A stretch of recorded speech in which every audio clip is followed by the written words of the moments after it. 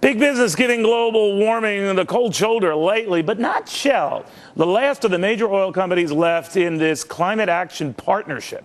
And Shell Oil President Marvin Odum says the company is happy to stay put. Marvin, good to have you. Why are you staying put? Well, here's the way I think of it, Neil. This U.S. CAP, this climate action partnership, and Shell being a member of that, I think we're actually role modeling what we want Congress to do. We've got a number of different points of view, very disparate ideas about what ought to be done here, coming together and trying to formulate a solid opinion as to how we can move forward. Because we have to get an energy strategy and an environment strategy put together for this country. You know what I think, Marvin, you're close to this than I'll be and know far more about this than I will know. But as you know, Marvin, I play an expert on TV. And one of the things I see going on here with these other guys, Bolton, Conoco, and the others, is they're looking at suddenly a compromised president, a president down in the polls, initiatives like this that aren't as politically popular, probably not even feasible. And they're abandoning. They're getting out. And you're not. Again, on just that level, why not? Well, I think let's go back to the fact that there are some that are leaving this partnership.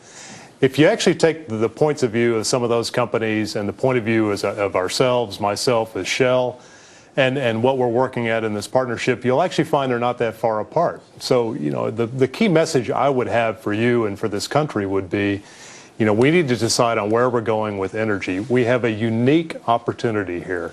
And I mean, it's almost unique to the U.S., and that is we import so much of our energy that we can develop more of our oil and gas domestic resources while we continue to work on the technology and to lower the cost of alternative energies, which can help some of the environmental aspects. We can actually do those together in this country, create more American jobs, and it is just sort of I think the hands-down way to go.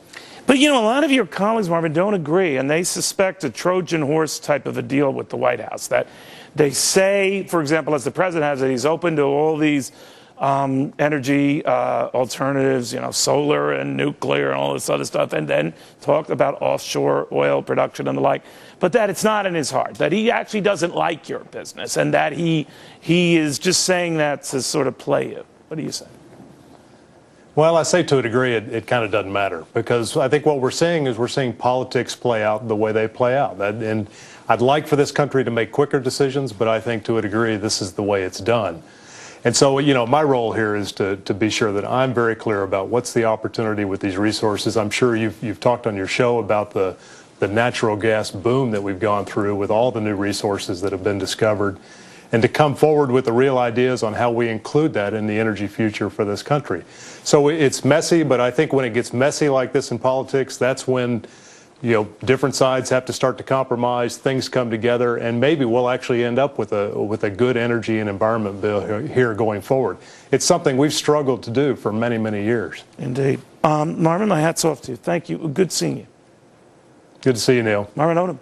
Meanwhile, Toyota under fire for its lack of safety, a billionaire and a management genius.